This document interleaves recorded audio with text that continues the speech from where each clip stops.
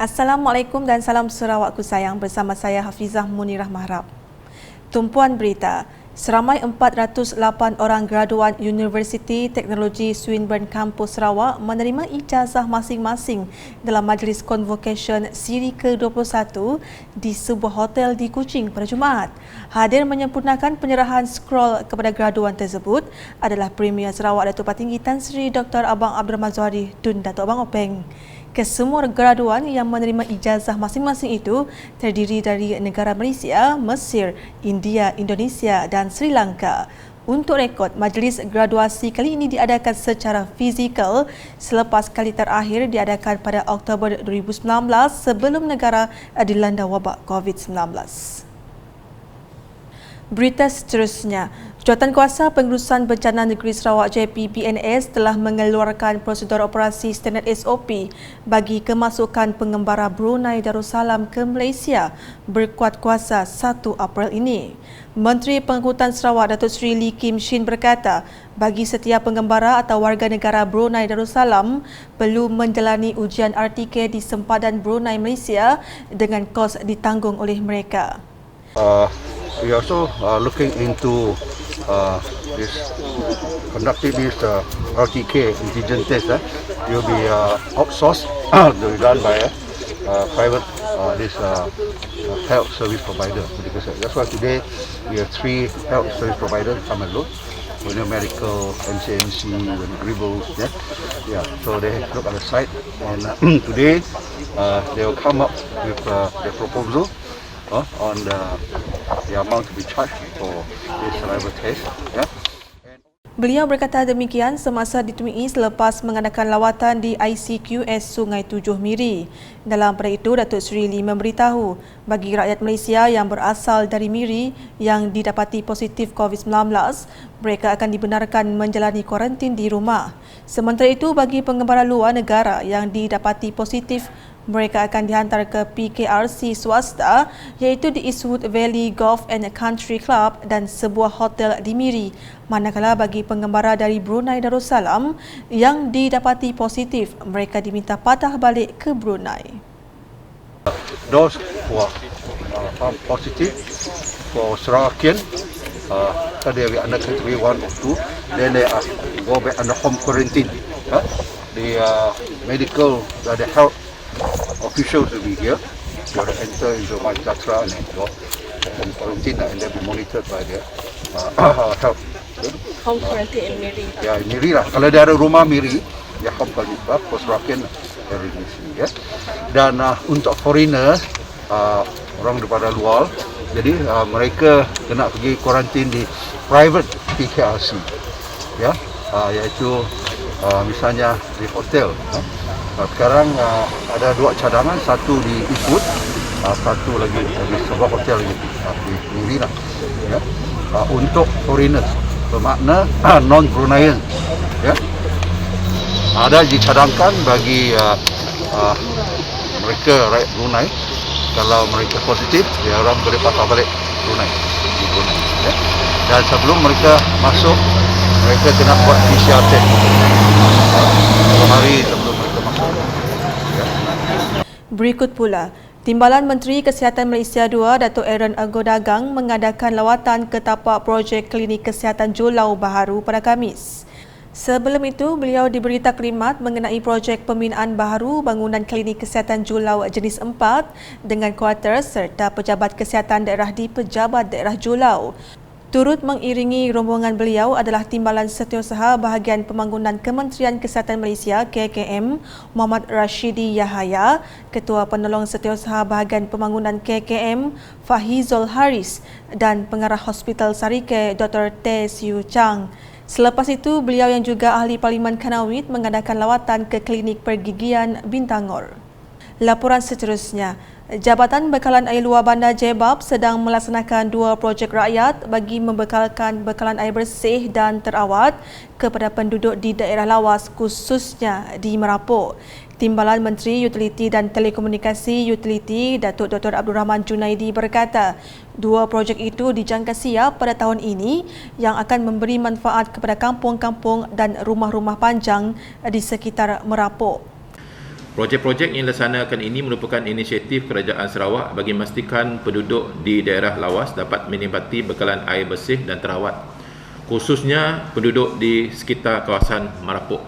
Jadi lawatan saya bersama dengan tenaga kerja daripada Kementerian Utiliti dan Telekomunikasi menumpukan kawasan Marapok kali ini, iaitu 2 projek yang sekiranya dan dijangka siap pada suku ketiga dan suku keempat tahun ini, iaitu projek dinamakan projek rakyat di bawah pakej NR4 Work Order 2, NR4 Work Order 2 WO2, dan juga NR3 Work Order 1. 2 projek ini merupakan projek untuk menambah baik bekalan air sedia ada di kawasan Marapok. Beliau berkata demikian dalam sidang media selepas mendengar taklimat dan lawatan kerja di Jebab daerah lawas. Jelas Dr. Abdul Rahman lagi, kedua-dua projek tersebut adalah untuk menambah baik penggunaan air di sekitar kawasan Marapok. Untuk pakej pertama, NR4 Work Order 2, skopnya ialah menaik taraf loji rawatan air Marapok 2 MLD dan juga pembinaan tangki air aras tinggi berkapasiti 1 MLD, juta liter sehari. Ianya dijangka siap pada bulan Ogos tahun ini dan kosnya lah sebanyak 13 juta ringgit. Bekalan air bersih akan disalurkan ke tangki aras tinggi Marapok dari loji rawatan air Marapok. Ini pakej yang pertama.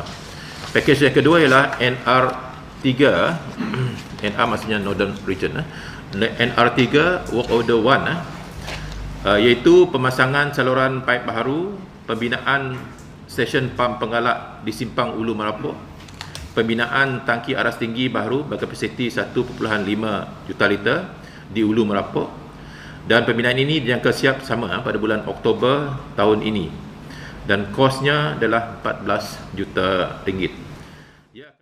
Di Tanjung Manis pula, Persatuan Usahawan dan Penjajah bersama Pusat Khidmat Tanjung Manis telah menganjurkan satu bengkel pembangunan kesedaran halal pada Khamis. Ahli Parlimen Tanjung Manis Yusuf Abdul Wahab berkata, produk halal adalah menjadi keutamaan bagi setiap negara yang mempunyai rakyat yang beragama Islam. Apa yang penting adalah halal, dan kesedaran halal yang penting bagi kita, sebab kita tu hidup di masyarakat di mana ramai daripada penduduk kita situ yang beragama Islam dan mereka mementingkan produk-produk ataupun makanan-makanan yang halal. Produk halal itu sebenarnya adalah keutamaan setiap negara yang mempunyai rakyat yang ada rakyat beragama Islam. Penting bagi mereka di Malaysia, sebab apa? Majoriti penduduk Malaysia itu sebenarnya beragama Islam. Tambahnya, program itu bertujuan memperkasakan permohonan halal bagi zon daerah Tanjung Manis sekaligus mempermudahkan usahawan dan peniaga luar bandar mendapat maklumat berkaitan permohonan pensijilan halal. Selain itu, Yusuf juga berharap lebih ramai usahawan Muslim menerokai perniagaan halal. Dalam majlis berasingan, Yusuf turut menyerahkan sumbangan kurma kepada 6,900 ketua isi rumah di kawasan Parlimen Tanjung Manis sebagai persediaan menyambut Ramadan yang bakal tiba. Pada tahun ini, saya ada menyumbang sekotak buah kurma yang kita lihat sekarang kepada setiap ketua isi rumah di seluruh kawasan Parlimen P206 ini. Berjumlah keseluruhan sekali lebih kurang 6,900 ketua isi rumah yang akan menerima kotak kurma dalam sehari dua lagi lah.